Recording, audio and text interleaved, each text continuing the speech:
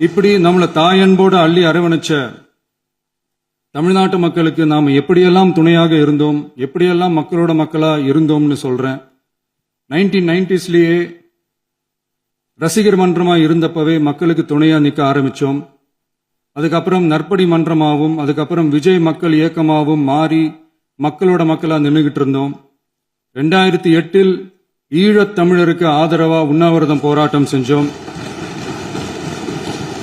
போர் முடிவுக்கு வரணும், நம்ம தொப்புள் கூடிய உறவுகளான ஈழத் தமிழர்களுக்கு பாதுகாப்பான நிம்மதியான ஒரு வாழ்வு கிடைக்கணும்னு அன்னைக்கே கோரிக்கை வச்சோம். 2009 ஆரம்பிச்ச விஜய் மக்கள் இயக்கம் வழியா நம்மளோட மக்கள் நல பணிகளை எக்ஸ்டெண்ட் அண்ட் எக்ஸ்பேண்ட் பண்ணிக்கிட்டே வந்தோம்.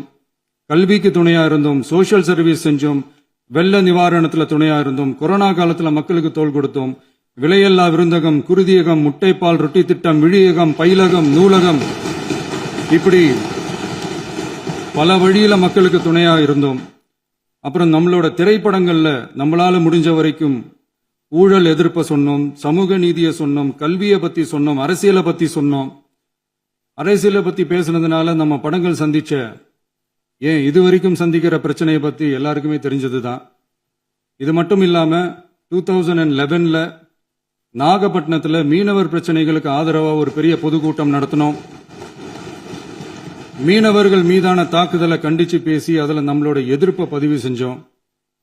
2017 ஜல்லிக்கட்டு போராட்டத்தில் தமிழர் பண்பாட்டு உரிமைக்கான நம்மளோட ஆதரவை தெரிவிச்சோம். 2018 ஸ்டெர்லைட் போராட்டம், துப்பாக்கி சூட்ல பாதிக்கப்பட்ட நம்ம சொந்தங்களை நேர்ல சந்திச்சு ஆறுதல் சொன்னோம்.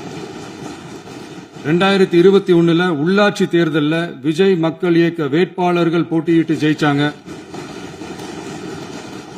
கல்வி விருது விழா நடத்தி சிறந்த மதிப்பெண் பெற்ற மாணவ மாணவிகளுக்கு ஊக்கத்தொகையும் பரிசும் கொடுத்தோம். 2024 தமிழக வெற்றி கழகத்தை ஆரம்பிச்ச உடனேயே CAA-வை எதிர்த்து அறிக்கை விட்டோம்.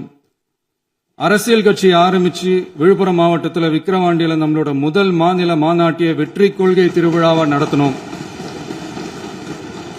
தந்தை பெரியார், பெருந்தலைவர் காமராஜர், அண்ணல் அம்பேத்கர், வீரமங்கை வேலுநாச்சியார், மக்கள் சேவகர் அஞ்சலை அம்மாள்னு நம்மளோட 5 கொள்கை தலைவர்கள் அறிவிச்சோம்.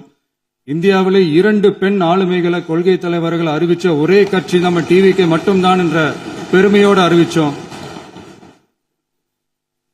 பெரியார் சொன்ன மாதிரியே அவர் சொன்னதுல நமக்கு ஏற்புடையதை மட்டும் எடுத்துக்கிட்டோம். அவரோட கடவுள் மறுப்பு கொள்கையில நமக்கு உடன்பாடு இல்லைன்னு ஓப்பனா அறிவிச்சோம். நமக்கு கடவுள் நம்பிக்கை உண்டுன்னு அறிவிச்சோம். யாரோட நம்பிக்கைக்கும் நாம் எதிரானவங்க இல்லைன்னு தெளிவா அறிவிச்சோம். பெண் கல்வி, பெண்கள் முன்னேற்றம், சமூக சீர்திருத்தம், சமூக நீதி, இப்படி பெரியாரோட கருத்துக்களை நிறையவே ஏத்துக்கிட்டோம்னு அறிவிச்சோம். அண்ணல் அம்பேத்கரோட சம வாய்ப்பு, சம நீதி, சமத்துவத்தை ஃபாலோ பண்ணுவோம்னு அறிவிச்சோம். பெருந்தலைவர் காமராஜரோட மதச்சார்பின்மையை ஏத்துக்கிட்டதோட அவரோட நேர்மையான நிர்வாகத்தையே ஒரு கொள்கையா ஏத்துக்கிட்டோம்னு அறிவிச்சோம். வீரமங்கை வேலு நாச்சியாரோட மண் மீட்பையும் சமூக நல்லிணக்கத்தையும் பின்பற்றுவோம்னு அறிவிச்சோம். மக்கள் சேவகர் அஞ்சலை அம்மாளோட விடுதலை வேட்கையையும் மக்களோட வாழ்வாதாரத்துக்காக உறுதியாக நிற்கிறதையும் பின்பற்றுவோம்னு சொன்னோம். எல்லாருக்கும் எல்லாமும் கிடைக்கணும், எம்மதமும் நம்மதம்னு சொல்லி மதச்சார்பற்ற சமூக நீதி தான் நம்ம கொள்கைன்னு அறிவிச்சோம். நம்ம கொள்கை எதிரி யாரு, அரசியல் எதிரி யாருன்னு ஓப்பனா அறிவிச்சோம்.